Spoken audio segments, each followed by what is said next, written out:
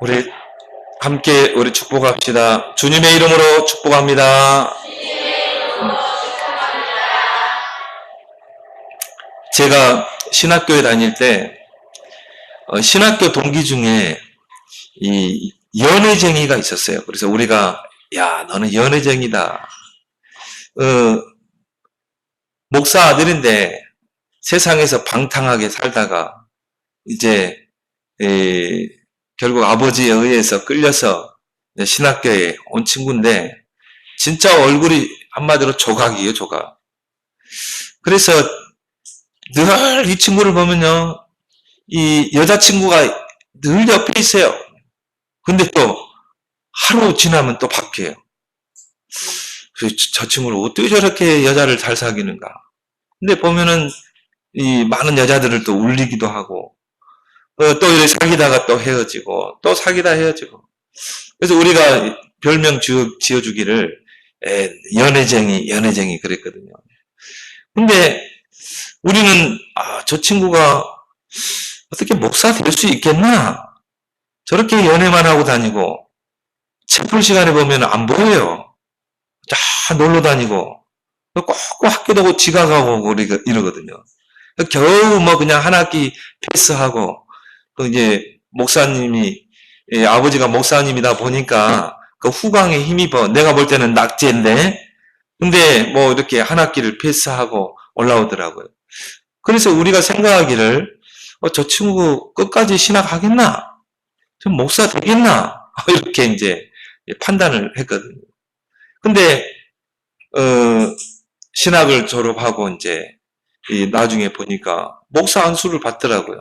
근데 그렇게 목사 안수 받고 한 7, 8년 후에 제가 이렇게 만났는데 아버지 목회를 이어서 목회를 하고 있는데 잘하더라고요. 그래서 야 정말 너를 보니까 하나님 살아계심이 믿어진다 그랬거든요. 내가 신학교 다닐 때 너 보면서 야 네가 진짜 제대로 목회하겠나 목사 되겠나 이랬는데 야 너 정말 이렇게 목회하는 거 보니까 진짜 하나님은 살아있는 것 같아. 나보다 나이가 한 2살 낮아요. 저보고 형 그랬거든요. 형 옛날에 성원이가 아니야. 이제 나는 거듭난 성원이야. 그런 거죠. 그래서 그때 생각한 게 쉽게 판단하면 안 되겠구나 이런 생각을 하게 됐습니다. 우리 어릴 때 보면은 저놈은 절대 안 돼. 저놈은 싹수가 노래 이런 말을 많이 하잖아요. 근데 저놈은 절대 안 돼. 그놈이 나중에 커가지고요 훌륭한 사람이 되는 경우를 우리는 가끔 보게 되잖아요. 특히 우리가 교회사적으로 보면은 신학의 대부라고 하는 어거스틴. 그 어거스틴이 그런 큰 신학의 대부가 되기 전에는 완전 방탕한 자였습니다. 그래서 얼마만큼 방탕한 자였냐면은 그 죄를 즐길 정도로 그가 이제 회개하고 참회록을 썼잖아요. 참회록을 썼는데 그 참회록에서 뭐라고 그러냐면 죄에 빠지고 나니까 그 죄의 달콤함에 내가 매료돼가지고 더 죄를 짓게 되고 죄를 짓게 되면 더 희락을 느낀다는 거예요. 못된 신앙 아닙니까? 근데 못된 신앙이 된 거죠. 그러니까 죄를 짓는데 거기서 쾌감을 느낀다. 물론 이제 어릴 때부터 어머니 모니카의 기도를 통해 컸던 아이입니다. 아버지는 좀 세속적이었어요. 좀 방탕한 삶을 살았어요. 그 아버지의 모습을 보고 자란 그 어거스틴이 똑같은 그 삶을 살게 된 것입니다. 근데 친구를 참 잘 사귀어야 된다는 게 이 청소년기에 접어들면서 친구를 잘못 사귄 거예요. 그 주변의 친구들이 다 이런 세속적이고 방탕하고 술로 방탕하고 이제 이런 친구들을 사귄 거예요. 그래서 청소년기에는 가장 영향을 끼치는 게 또래 친구거든요. 내가 어떤 친구를 사귀느냐가 결정적으로 나의 영향을 끼치게 되는 것입니다. 있게 돼 있어요. 그 어머니 모니카의 그 30년의 기도를 통해 커간 그 어거스틴이요. 방탕의 길로 접어들게 됩니다.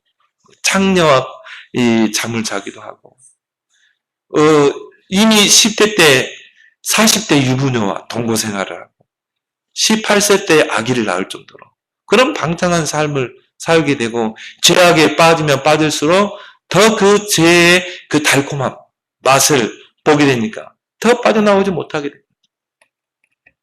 그러면서 마음 한켠에는 내가 이러면 안 되는데, 내가 하나님께로 가야 되는데, 그런데 영적인 힘이 없으니까 점점 타락의 늪으로 이제 빠져들게 된 것입니다. 그런데요, 이 두 마음, 한 마음은 하나님께로 가야 되고 죄를 짓지 않아야 되는데, 한쪽에서는 죄의 달콤함에서 못 빠져나오는 그런 뭔가 이중적인 그 삶을 살던, 그것 때문에 괴로워하던 어거스틴에게 어느 날 그걸 놓고 하나님 앞에 간절히 기도하는데 밖에서 어린아이의 그 노랫소리가 들리는 거예요. 어린아이들이 놀면서 책을 읽어라 그런 소리가 들리는 것입니다. 그때 이제 이게 하나님의 음성으로 들려진 거죠. 그래서 성경을 딱 폈는데 그게 로마서 13장 12절부터 15절. 그 말씀에 이제 이 밤이 깊고 낮이 가까웠으니 어둠의 이를 벗고 방탕과 호색과 음란을 버리고 이제 빛의 갑옷을 입으라. 그래서 낮에와 같이 단정하게 행하고 그리스도로 옷 입고 모든 정욕을 다 이제 버리고 하나님 앞에 하라는 거죠. 이 말씀이 진짜 하나님의 음성으로 딱 들린 거예요. 그때부터 이제 어거스틴이요, 완전히 하나님께 참여하게 됩니다. 자기의 모든 죄를 토하게 되고, 밤을 새워서 기도한 것, 눈물로. 그 참여록에 보면요, 뭔가 막 통곡을 하는데 무슨 기도는 하긴 해야 되는데 이게 안 나오는 거예요. 그냥 막 통곡 막 나오는 거죠. 자기가 지금까지 살아온 그 모든 죄악의 삶이 이제 토설되는 것입니다. 진정한 회개가 이루어집니다. 그러고 나서 어거스틴의 삶이 완전히 변화되어서 이제 이 기독교 사회에 굉장한 업적을 남긴 신학자가 된 것입니다. 그래서 나는 그 어거스틴의 삶을 보면서, 그렇다, 우리 아이들이 지금 방황할 수도 있다. 또 우리 아이들이 지금 그 죄악의 늪에 빠졌을 수 있다. 그러나 모니카는 30년을 곧 기도했거든요. 그 아들을 놓고 30년 동안 매일 쉬지 않고 기도한 거예요. 그 기도의 결실이 그 어거스틴을 돌아오게 한 줄 믿습니다. 그러니까 우리가 그 믿음을 가지고 포기하지 않고 기도해야 될 줄 믿습니다. 우리 아이들에게 언제 하나님 말씀이 꽂힐지 모르거든요. 하나님 말씀이 딱 들어갈 때 변화되는 거예요. 지금은요, 아무리 메시지에서 하나님 말씀을 전해도 나와 상관없는 말씀일 수 있어요. 근데 어느 날 우리 아이들에게 이 말씀이 들릴 수 있다 이 말이죠. 어거스틴처럼. 또한 2,000명의 고아를 먹여서 살린 그 조지 뮬러, 고아의 아버지라고 했죠. 근데 그의 삶도 마찬가지입니다. 방탕한 삶을 살았죠. 도벽에 빠지기도 하고요. 습관적인 거짓말을 하기도 하고. 그리고 음주에 빠져서 알코올 중독자가 되고, 또 사기꾼이 되어서 감옥에 갇히기도 하고. 이런 뭔가 쓸모없는 인생, 방탕한 인생, 그 인생을 살았던 조지 뮬러가요, 어느 날 동네 어른이 성경 공부 모임에 따라가자는 거예요. 그래가지고 갔는데 거기에서 이제 모라비안 교도들이 하는 성경 공부에서 거기서 이제 진짜 하나님 만나게 된 것입니다. 지금으로 하는 다락방이죠. 여러분 주변에 정말 불신자들이 있으면 기도하고 어떻게 해요? 다락방으로 데려오길 바랍니다. 곳곳에 다락방의 시스템을 열어놔야 돼요. 곳곳에 성경 공부하는 시스템을 만들어 놓고 주변의 불신자들을 초청해 와야 돼요. 거기에 가서 모라비안 교도들이 이제 거기서 성경 공부하는데 거기서 깨진 것입니다. 그리스도, 나를 위해 십자가에 피 흘리시고 나를 위해 고통당하신 구원자 예수, 거기서 참여하게 되죠.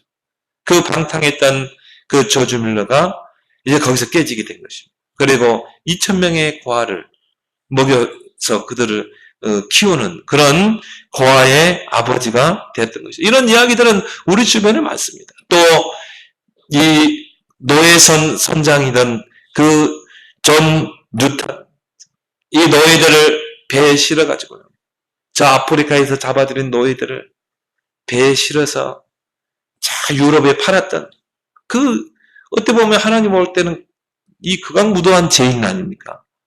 그 존 뉴턴이 어느 날 하나님 앞에 오그러진 것입니다. 목사를 통해서, 목사님의 설교를 통해서 거기서 참여하게 되죠. 그가 자신의 죄를 참여하면서 지은 찬송가가 뭡니까? Amazing Grace죠. 나 같은 죄인 살리신 그 은혜에 놀라워. 그래서 우리는 함부로 남을 판단해서는 안 됩니다. 저놈은 절대 안 돼. 저 사람은 절대 안 될 사람이야. 우리는 쉽게 판단하는 죄를 범해서는 안 되는 줄 믿습니다. 그래서 오늘 1절에도 그러므로 남을 판단하는 사람아, 누구를 막론하고 네가 핑계하지 못할 것은 남을 판단하는 것으로 내가 너를 정죄하리니 판단하는 내가 같은 일을 행함이라. 우리는요, 쉽게 남을 판단해서는 안 돼요. 왜냐? 이 판단이 그 사람을 정죄하는 것이기 되기 때문에 그래요. 또한 그 판단이 그 사람을 무너뜨리고 죽이는 판단이 될 수 있기 때문인 것입니다. 로마서 8장 1절에 바울은 말합니다. 그리스도 예수 안에 있는 자에게는 결코 정죄함이 없나니. 그리스도를 통해 그리스도의 피로 구원받은 자는 그 누구도 정죄할 수 없어요. 정죄해서도 안 되고. 왜요? 그리스도께서 피로 값주고 산 용. 그리스도 예수 안에 있는 생명의 성령의 법이 죄와 사망의 법에서 너를 해방했다. 그리스도를 통해 해방된 신분이기 때문에 우리는 그 누구도 판단해서는 안 되는 줄 믿습니다. 이것이요 나에게 부메랑이 되어. 오늘 1절의 말씀이 그거죠. 네가 판단하는 그것으로 네가 정죄함을 받느니. 왜 그래요? 이게 성도의 죄라 이 말이에요. 우리가 쉽게 판단하는 거. 그래서 마태복음 7장에도 보면 예수님께서 똑같은 말씀을 하죠. 비판을 받지 아니하려거든 비판하지 말라. 너의 그 헤아림이란 말은 뭔가 판단하는 것으로 네가 판단을 받게 되고 너의 그 비판으로 네가 비판을 받게 될 것이다. 다른 사람을 비판하기 전에 네 눈 속에 있는 들보를 볼지어다. 네 눈 속에 있는 그 들보를 보고 들보를 먼저 빼내고 남을 비판하는 거예요. 그러니까 네 자신을 바로 알라는 거예요. 너도 죄인이고 너도 비판받아야 될, 너도 판단받아야 될 그런 정죄받은 인간입니다. 너 같은 죄인을 위해 그리스도께서 십자가에 피 흘려 죽으셨잖아요. 값없이 용서함을 받고 제사함을 받고 하나님의 자녀가 됐지 않냐. 그래서 우리는 그 누구도 비판하거나 판단해서는 안 된다는 것이죠. 그래서 이 남을 판단하고 비판하는 자들의 그 성향을 보면요, 뭔가 상처가 있는 사람들이에요. 이 상처가 치유되지 않은 사람들의 특징이 뭡니까? 남을 이렇게 쉽게 비판하고 또 율법적인 성향이 강한 사람들이에요. 또 이런 사람들은 매사에 비판적입니다. 매사에 부정적입니다. 철저히 창세기 3장이거든요. 내가 남을 판단한다는 것은 내 기준이잖아요. 나 중심으로 남을 판단하는 거. 그런 사람 특징이 뭡니까? 나는 그렇지 않은데 너는 이렇다. 오늘 바울이 이 판단하는 사람들아, 이거 유대인들을 보고 말하거든요. 유대인들은요, 말은 하나님을 사랑한다고 하는데 율법으로 남을 판단하고 정죄하고 그리고 초대교회를 판단하고 비판하고 그랬거든요. 그래서 바울은 그들에게 뭐라고 합니까? 이 남을 판단하는 사람, 너희들도 바르게 하나님께 살지 못하면서 왜 남을 판단하고 비판하느냐. 그래서 바울은 그들을 보고 악을 행하는 자, 그 악을 행하는 자는 하나님께서 심판하실 것이다.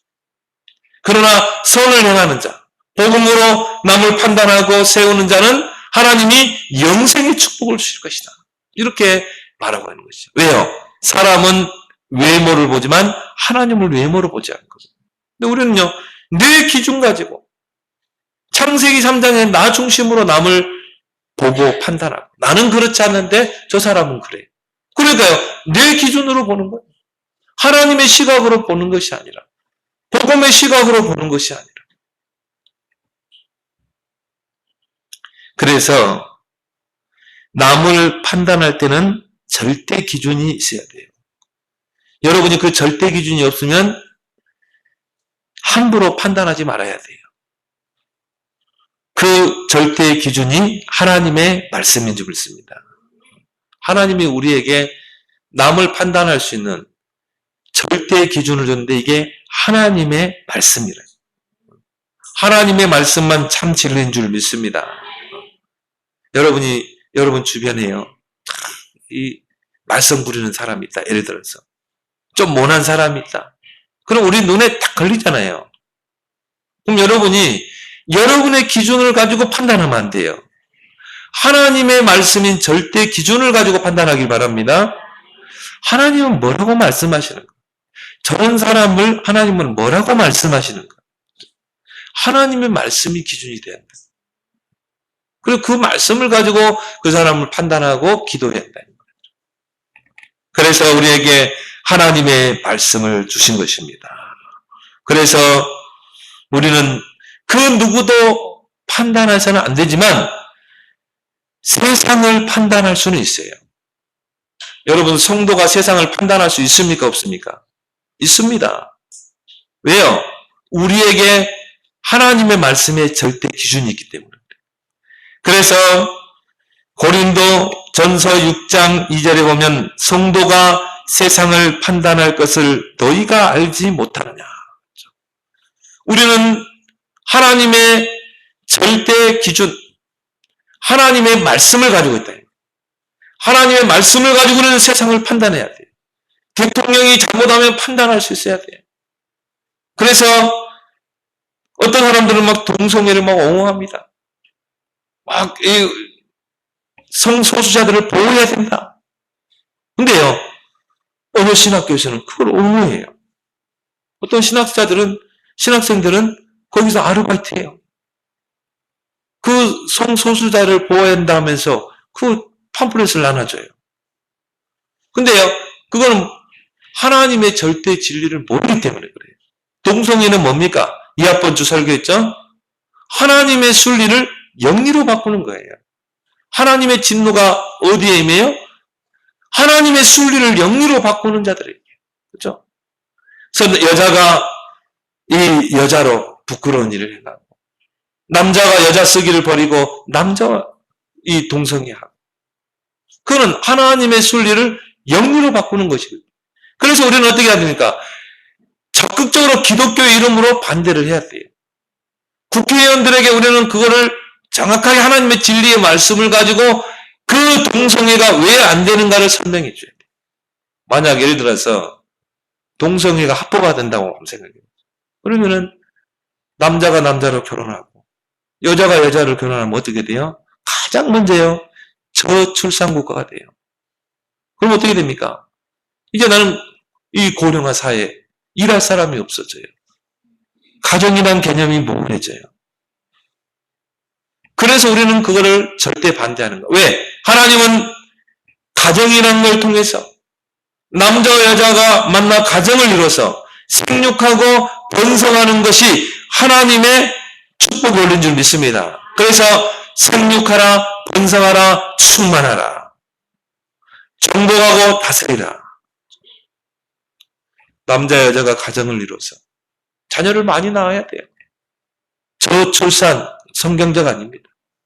많이 낳아야 돼요. 그럼 어떻게 합니까? 그냥 펑펑 낳는 게 아니라 언약을 확실히 심는 자녀를 많이 낳는다 이 말이에요. 그래서 성경에도 보면요. 이 전통의 화살이 많이 있는 자는 축복된 자라고 그랬어요. 그 화살이 뭡니까? 자녀. 우리 자녀들을요. 활시를 당겨서요.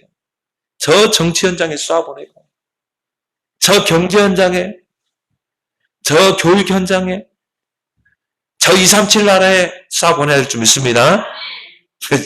저 일본의 후쿠오카에 가면은요. 후쿠오카 일본교회 박정혁 목사님이 있어요. 얘가 12명이라 12명을 낳더라니까요. 그래 제가 일본 이제 강의하러 갔는데, 후쿠오카 갔는데요. 목사님이 한 애는 앞에 차고, 한 애는 뒤에 차고, 6살 먹은 아기를 유치원에 데려다 주러 가더라니까요. 그래서 애가 지금 여기 뭡니까? 앞에 있는 애가 이제 막내라는 거야, 막내. 근데 뭐, 같이 태어난 것 같아. 그 사모님은 또 어디 지금 양육하러 가셨다고 하는지.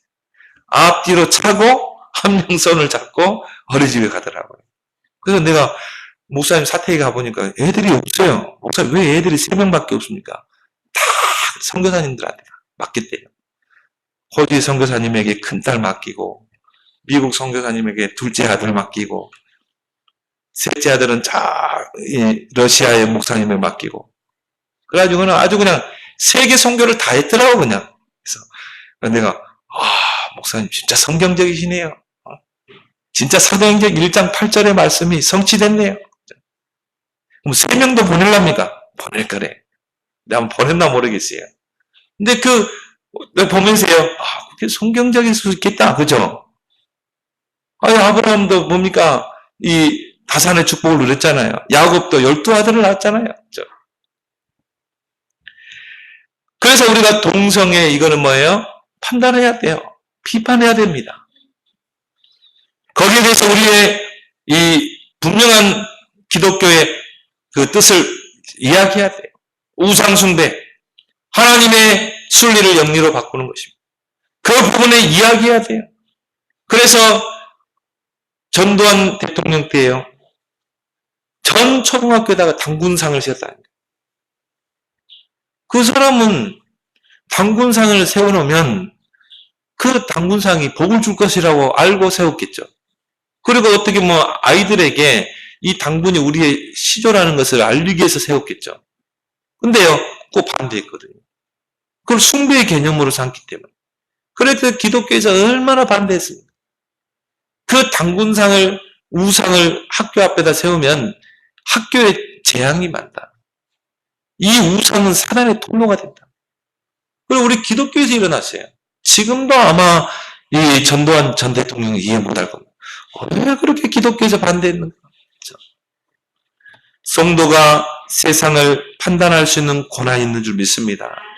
그러나 성도가 성도를 판단하는 것, 우리는 거기 주의해야 되는 것입니다. 우리는 하나님의 절대 기준을 가지고 판단해야 될 줄 믿습니다. 그래서 우리가 첫 번째로 뭡니까? 남을 판단하기 전에 먼저 볼 것 4가지가 있어요. 예수님께서 마태복음 4장에서 7장까지 보면 판단하기 이전에 먼저 볼 것 4가지를 말씀했습니다.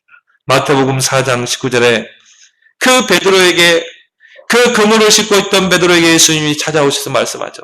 나를 따라오너라. 내가 너희를 사람을 낚는 어부가 되게 하리라. 그리스도 안에 다 있는 줄 믿습니다. 이걸 볼 수 있어야 돼요. 그리스도를 따라가게 해야 돼요. 여러분 주변에 이해 못할 사람 있죠? 그거를 쉽게 판단하면 안 돼요. 판단하지 말고 그리스도를 따라가게 해야 될 줄 믿습니다. 그리스도는 뜻이 뭡니까? 기름 부음 받은 자잖아요. 하나님이 구원 주시기 위해서 기름 부어 세운 자예요. 바로 왕, 제사장, 선지자. 그것도 뭡니까? 참 왕. 사단의 권세를 깨뜨릴 수 있는 참 왕을 보내셨다 이 말이에요. 우리를 죄에서 완전히 구원하실 참 제사장을 보냈다 이 말이에요. 하나님 만나는 유일한 길을 여실 참 선지자를 보내신다. 그분이 그리스도다 이 말이에요. 그래서 우리는 어떻게 해요? 모든 사람들을 그리스도를 따라가도록 해야 돼요. 우리 가족들을 다 그리스도 따라가도록. 여러분 주변에 있는 모든 사람들을 다 그리스도를 따라가도록. 나를 힘들게 하고 나를 어렵게 하고 그러면 막 여러분 뭡니까? 막 분이 나기도 하고 저거 어떻게 죽지도 않나? 그러잖아요. 그러지 말고 어떻게 해요? 그리스도 따라가게 해라. 그리스도를 소개해라. 그것이 살리는 판단인 줄 믿습니다. 우리는 살리는 자가 돼야 돼요. 그리스도는 어떤 무너진 자도 살리고 회복시키는 자예요. 그리스도 따라가는 자는 쉽게 판단하지 않습니다. 왜요? 그리스도 안에 달이 있기 때문에 내가 곧 길이요 진리요 생명이니. 그리스도 아니면 영적 문제 해결됩니까? 이 영적 문제 많은 사람 특징이요. 비판적. 그리고 영적 문제 많은 사람이 꼭 교회 안에 문제를 일으키잖아요. 그러면 그 영적 문제를 해결할 수 있는 길이 뭐예요? 그리스도잖아요. 그러니까 여러분이 그 사람을 비판하기 전에 또 비판하고 험담하기 전에 어떻게 해요? 아, 저 사람 그리스도가 필요하구나. 아, 저 무너진 사람도 그리스도가 해결할 수 있구나. 그럼 어떻게 돼요? 그리스도를 따라가도록. 그리스도를 증거하고 그리고 그리스도를 안내해서 이 사람이 그리스도의 길을 따라갈 때 바른 길로 가게 될 줄 믿습니다. 그리스도 안에 다 있다. 두 번째는 뭡니까? 마태복음 5장 23절 24절에 예배 속에 다 있다. 네가 하나님 앞에 와서 예배 드리기 전에 네 형제와 원한 산 것이 있으면 그걸 화목하고 와서 그리고 예배 드리라고. 화목하고 그게 중요한 게 아니라 예배가 중요하기 때문에 그런 것들은 빨리 화목하고 그리고 예배에 성공하라는 거예요. 예배 속에 모든 것이 다 있습니다. 예배 속에 모든 것이 다 있기 때문에 우리는 형제와 화목해야 돼요. 믿음의 형제와 뭔가 걸림돌이 있다. 그 걸림돌을 디딤돌로 만들어야 돼요. 여러분이 그 걸림돌을 그대로 두면 어떻게 돼요? 다 넘어져요. 남편이 걸림돌이다. 남편 때문에 넘어지고 자식이 걸림돌이면요. 자식 때문에 넘어지고 성도가 걸림돌이면 성도 때문에 무너지고 걸러 넘어지고 그 걸림돌을 디딤돌로 삼을기 바랍니다. 그렇죠? 우리는 디딤돌로 만들어야지 내 앞에 다 걸림돌을 만들어 놓으면 어떻게 돼요? 제대로 길을 갈 수 없어요. 제대로 신앙의 길을 갈 수 없단 말이에요. 예배 속에 다 있다. 여러분이 예배 속에 여러분의 인생을 성공시키길 바랍니다. 예배 속에 하나님과의 관계가 회복되게 되어 있어요. 예배 속에서 우리는 사람과의 관계가 다 회복되게 되어 있어요. 그렇죠? 그래서 우리가 하나님 앞에 나와서 예배를 통해 하나님께 찬송하고 하나님께 앞에서 말씀을 받고 그 다음에 성도 간에 서로 교제하고 여러분이 예배를 통해서 하나님의 은혜를 받게 됩니다. 우리가 성도와 교제를 통해서 화목하게 될 줄 믿습니다. 뭐 판단할 사람 누가 있겠어요? 그래서 예배 성공이 인생 성공. 예배 속에 다 있는 줄 믿습니다. 여러분 예배에 승리하세요. 마태복음 6장 33절에 너희는 먼저 그 나라와 그 의를 구하라. 그리하면 모든 것을 더하시리라. 전도 속에 다 있다. 전도는 종합적인 축복입니다. 그래서 예수님이 무엇을 마실까, 입을까, 먹을까 그거 염려하지 말라. 그거 이방인들이 하는 기도다. 하나님이 다 알고 계신다. 그래서 너희는 먼저 그의 나라와 그의 의를 구하라. 서론에 묶이지 말고 하나님의 나라와 하나님의 의를 구하라. 그러면 이 모든 것을 어떻게 해요? 더하여 주리라. 보너스로 종합적인 축복으로. 전도자는 절대 서론에 묶이지 않습니다. 왜요? 남을 판단할 시간이 없어요. 왜? 추수할 영혼들이 너무 많기 때문에. 진짜 전도자는 그래요. 여러분이 24시 전도만 생각해봐요. 24시 전도를 위해서 살아봐요. 그러면요, 남을 위해서 시기하고 질투하고, 여러분이 남을 위해서 막 시험 들고, 그럴 시간이 없어요. 갈등할 시간이 없어요. 왜? 추수할 영혼들이 너무 많은데, 서로는 다 넘어서게 돼 있습니다. 전도자는 서론에 묶이지 않는다. 왜요? 추수할 영혼들이 너무 많기 때문에 요한복음 4장 35절에 눈을 들어 밭을 보라 희어져 추수하게 되었도다. 이번 추석 때 시골에 탁 싸우는 거예요. 이 들판에 곡식들이 확 익어가지고는 추수할 사람을 기다리고 있는 거죠. 지금 여러분이 저 영혼들을 보라 이 말이에요. 정말 이 추수꾼들을 기다리고 있잖아요. 여러분이 복음의 낫을 가지고 가서 다 추수해야 돼요. 근데 추수 때가 돼가지고 밭에 논에 가서 추수를 해야 되는데 추수꾼이 사소한 것에 걸려가지고 끙끙 앓고 있으면 어떻게 돼요? 곡식이 다 다 썩어가는 거예요. 저 가을에는 막 고구마도 우리 보니까 뭐 고구마도 캐고 이번에 가서 아주 추석 때 우리는요 추석이 일하는 날이에요. 그래가지고는 가서 아주 그냥 하루 일하고 왔어요. 땀 흘리고 고구마도 캐고 고추도 따고 또 고구마 순도 잘라오고 또 뭐 깨도 막 그거 털어가지고 막 또 바람 날리고 그러고 왔다니까요. 아 추수할 게 너무 많아. 그잖아요. 근데 추수꾼이 사소한 것에 걸려있으면 안 된다 이 말이에요. 가을은 어때요? 추수의 기잖아요. 막 추수해야 돼요. 너희 눈을 들어 밭을 보라. 희어져 추수하게 되었다. 여러분 전도만 생각하기 바랍니다. 서론적인 거 다 뛰어넘고 전도 속에 다 있다. 마태복음 7장 1절 5절에 보면요. 너희가 남을 비판하지 말라. 너희가 남을 헤아리지 마라. 판단하지 말라. 뭘 말합니까? 복음은 어떤 무너진 자도 다 살릴 수 있다. 복음 속에 다 있기 때문에 남을 비판하지 말라. 복음 속에 모든 것이 다 있기 때문에 쉽게 판단하지 말라. 복음은 무너진 자를 살리고 세우는 능력이 있다. 그래서 함부로 판단하면 안 되는 거예요. 이 사람이 복음이 심겨지고 복음이 각인 뿌리 체질이 바뀌면요. 그 안에 쓴뿌리 다 뽑아 나오게 돼 있어요. 처음부터 완벽한 자는 없습니다. 여러분이 복음 속에 계속 들어가게 되면 그 복음의 빛이 계속 쬐게 되면 여러분 속에 있는 그런 모든 각인 뿌리 체질들이 다 바뀔 줄 믿습니다. 여러분의 옛틀이 다 깨지게 돼 있어요. 여러분도 모르게 복음의 사람으로 새 틀이 딱 갖춰질 줄 믿습니다. 그래서 오늘 여기 하나님의 인자하심과 용납하심과 길이 참으심. 왜? 하나님은 보고 계시거든요. 아직은 좀 못하고 아니면 지금은 좀 거칠고 아직은 좀 상처가 있고 근데 하나님은 어떻게 해요? 그 사람을 인자하심으로 길에 참으시고 또 용납하시고 그 풍성하신 하나님은 복음의 그 시각으로 그 사람을 보고 있는데 우리는 어떻게 해야 돼요? 복음으로 기다리고 용납하고 세워나가야 될 줄 믿습니다. 이게 복음의 사람. 그 복음 속에 다 있다.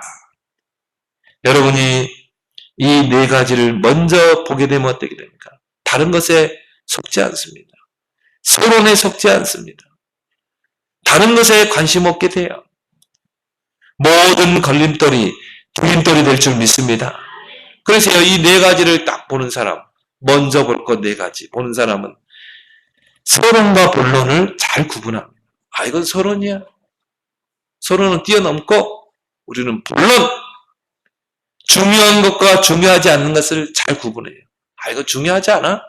이런 것들 어떻게 해요? 다 용납하고 우리는 뭡니까? 중요한 것에 생을 거는 거예요. 그리고 뭡니까? 양보할 것과 생명 걸. 여러분이 양보할 걸 빨리 양보해버려야 돼요.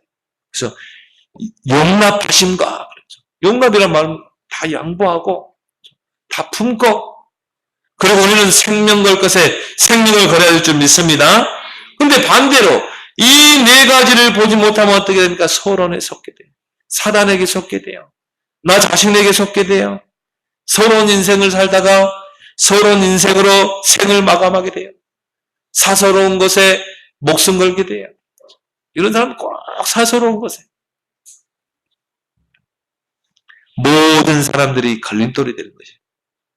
남편도 걸림돌, 자식도 걸림돌, 목사도 걸림돌, 교회 모든 성도도 걸림돌. 다 넘어지는 거예요. 다 넘어뜨리는 거예요. 여러분은 그 걸림돌을 디딤돌로 삼길 바랍니다. 그래서 여러분이 이 네 가지를 먼저 보라. 그리스도 안에 다 있다. 예배 속에 다 있다. 전도 속에 복음 속에 다 있는 줄 믿습니다. 이게 여러분의 본론이 돼야 한다. 여러분의 결론이 돼야 한다. 두 번째는 뭡니까? 여러분이 남을 판단하려고 하려면요. 오직 복음의 기준으로 판단하라. 왜요? 복음만이 생명이에요. 복음만이 능력이기 때문에. 복음은 이 사람에게 생명을 줄 수 있어요. 복음은 이 사람을 능력으로 세울 수 있습니다. 그래서 우리는 복음으로 판단하라. 복음은 살리고 세우고 치유하는 능력이 있는 줄 믿습니다. 로마서 1장 16절에 이 복음은 모든 믿는 자들에게 구원을 주시는 하나님의 능력이 돼요. 그 말은 뭐예요? 모든 사람을 살리고 세우고 치유할 수 있는 능력이래요. 그 복음을 우리에게 줬다니까요. 그 복음의 핵심이 뭐예요? 예수가 그리스도다. 예수가 사탄의 권세를 깨뜨린 참왕이다. 이 사람이 지금 사단에게 붙잡혀 있다. 그 사탄의 권세를 깨뜨린 참왕이다. 이 사람이 지금 죄악 가운데 살고 있다. 그 죄에서 우리를 해방시키신 참 제사장이다. 이 사람이 지금 하나님 못 만나서 이렇다 이 말이야. 하나님 만나는 참 길을 여신 참 선지자다. 그게 복음의 핵심 아닙니까? 그 복음을 우리에게 줬다니까요. 그 복음을 가지고 모든 사람을 살려라. 모든 사람을 치유해라. 그리고 서밋으로 세워라. 여러분요, 복음으로 탁 무장하면 돼요. 복음의 안경을 끼고 모든 사람을 보면 돼요. 나의 인격을 복음의 인격으로 탁 만들면 돼요. 그래서 오늘 4절에 혹 내가 하나님의 인자하심이 너를 인도하여 회개하게 하심을 알지 못하는. 저 사람은 절대 안 돼. 저 사람은 절대 회개 안 할 거야.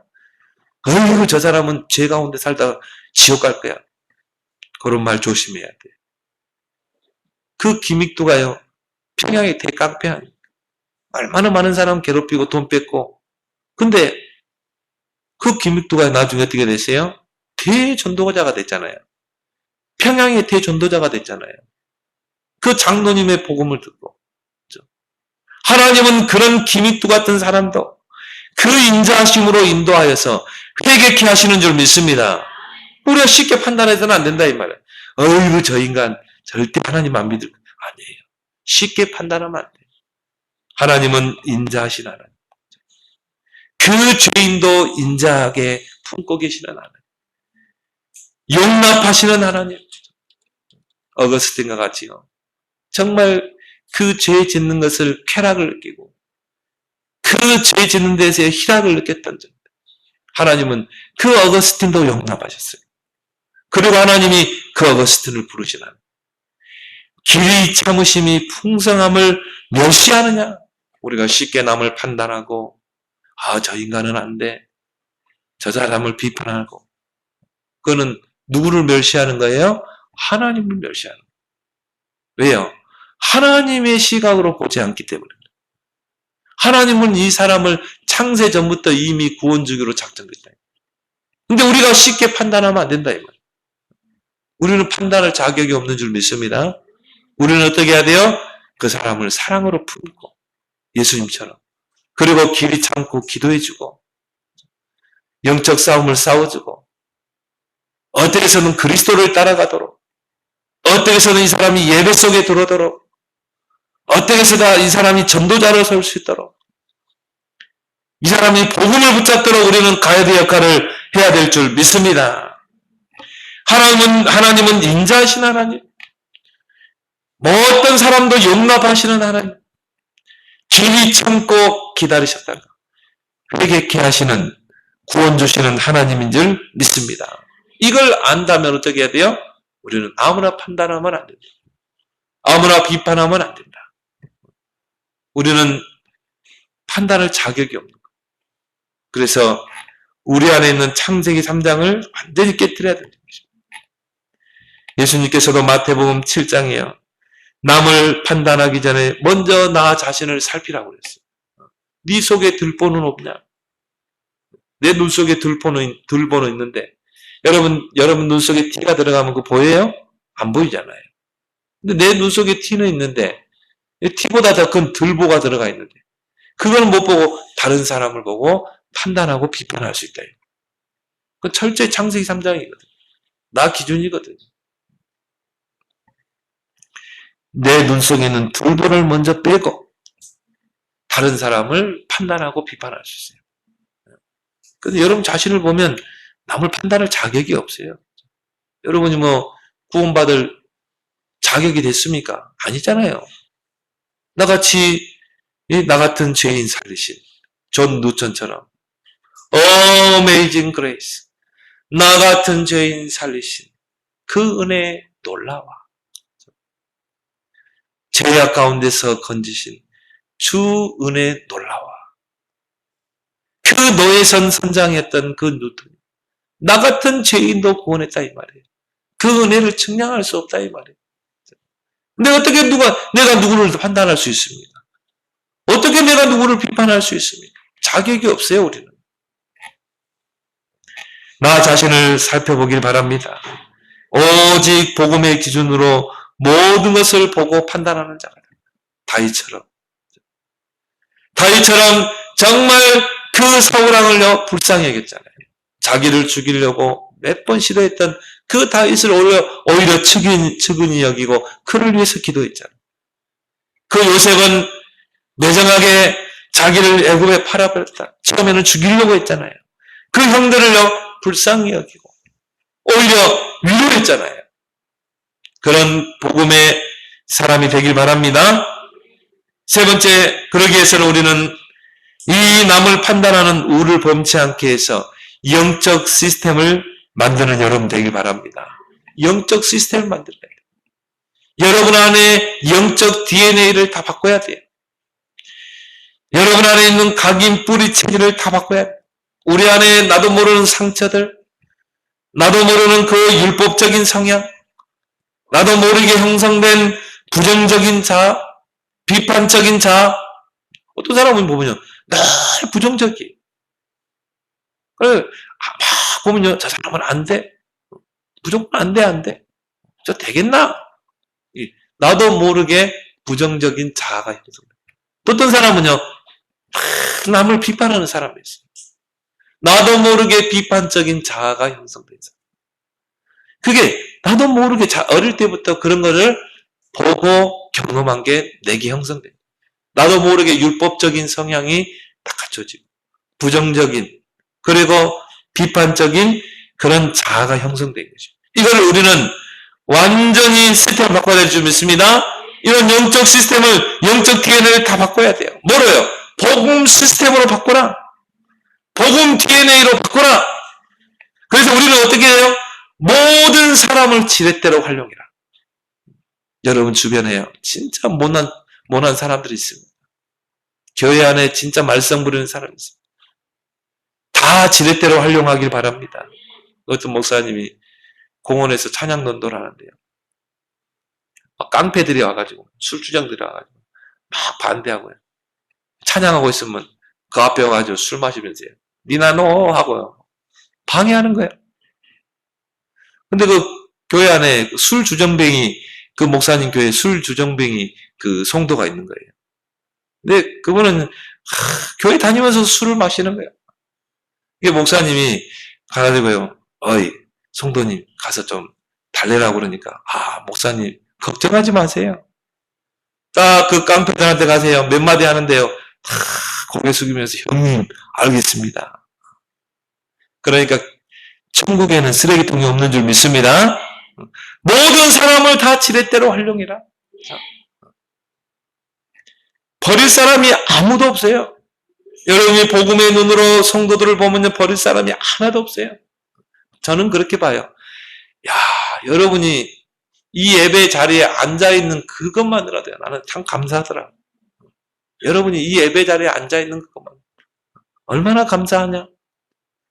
하나님 보실 때는 얼마나 귀합니까?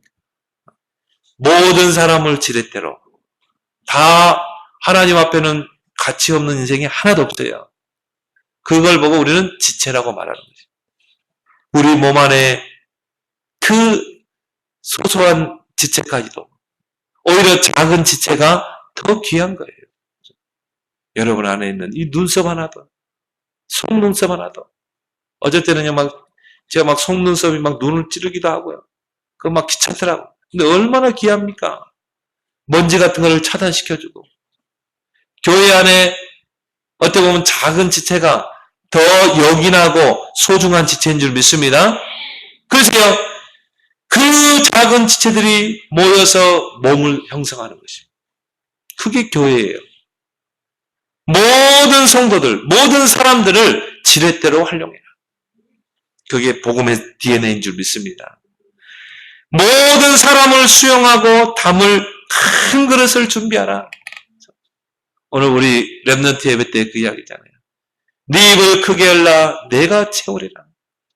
하나님은 여러분에게 막 채워주기를 원하는데 여러분 편에서, 내 편에서 입을 크게 열어야 돼요.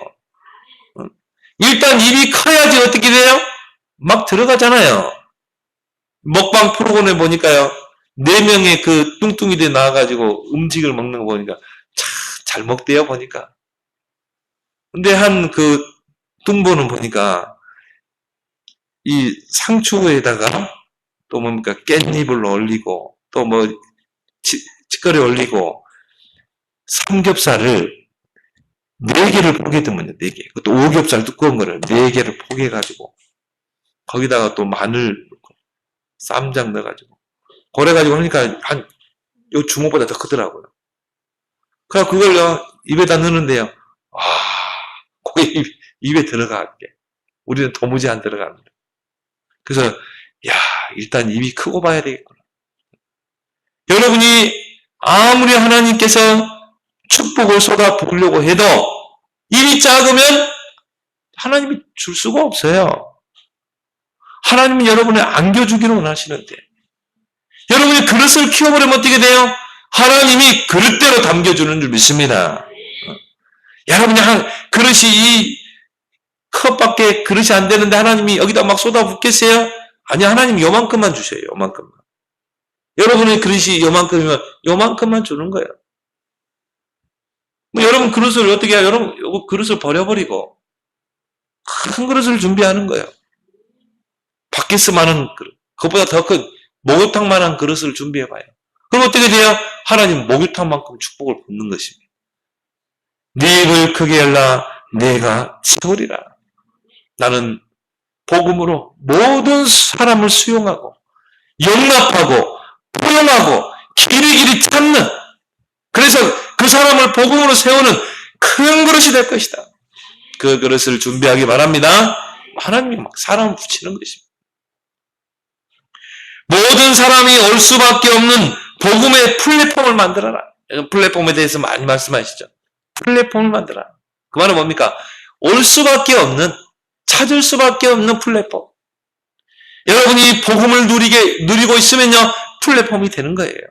여러분이 복음의 DNA로 딱 체질이 되면 어떻게 됩니까? 사람들이 오게 돼 있어요. 이게 전도인 줄 믿습니다. 복음의 플랫폼을 만들어라. 그래서 이사야 60장 1절이 뭡니까? 복음과 전도를 설명하잖아요. 일어나라. 그 뭡니까? 이게 전도입니다. 빛을 발하라 그랬잖아요. 빛은 뭡니까? 그리스도 복음 아닙니까?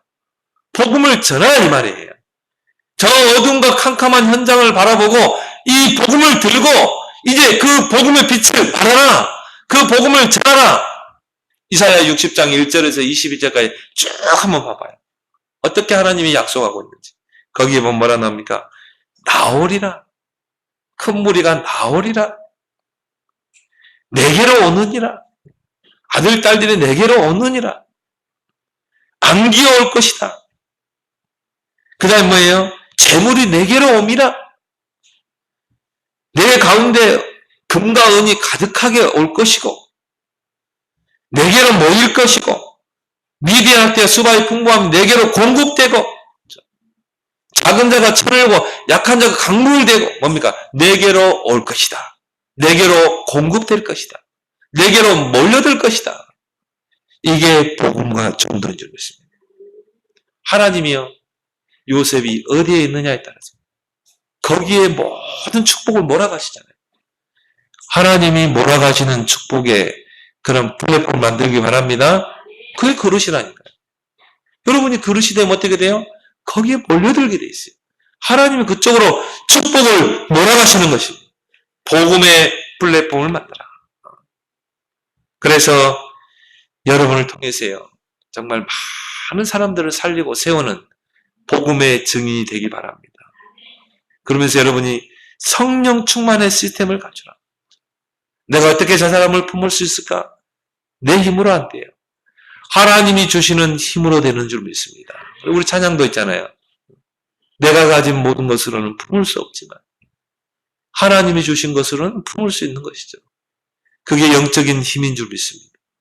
여러분이 성령 충만을 통해 영적인 힘을 기르게 되면 어떻게 돼요? 어떤 사람도 인자함으로 용납하고 품고 길이 참고 기다리고 세울 줄 믿습니다. 이게 하나님의 복음이라니까. 하나님의 그 인자심과 그 용납하심과 길이 참으심의 풍성함, 이게 복음의 능력인 줄 믿습니다. 그러니까 그 사람을 다 품을 수 있는 거예요. 그래서 여러분이 24 성령 충만 속으로 들어가게 되면 어떻게 돼요? 나의 삶 가운데 성령의 9가지 열매가 다 맺히게 돼요. 사랑과 희락과 화평과 오래 참음과 자비와 양성과 충성과 온유와 절제의 열매이니 이 같은 열매를 막을 자가 없으리라. 왜요? 하나님이 맺혀주는 것입니다. 내가 어떻게 저 사람을 품을 수 있습니까? 내가 어떻게 저 사람을 사랑할 수 있습니까? 성령의 열매가 맺히면 사랑할 줄 믿습니다. 사랑. 내가 어떻게 이런 문제 속에서 기뻐할 수 있어요? 하나님의 성령이 임하면 그렇게 돼요. 기쁨이 내게 넘치는 거예요. 내가 모든 걸 어떻게 저 사람과 화평할 수 있습니까? 성령의 열매가 맺히면 돼요. 화평과. 내가 어떻게 저런 사람을 오래 참을 수 있어요? 용납하고 오래 참을 수 있습니까? 성령이 여러분의 인격 속에 맺히면 될 줄 믿습니다. 여러분의 인격 속에요.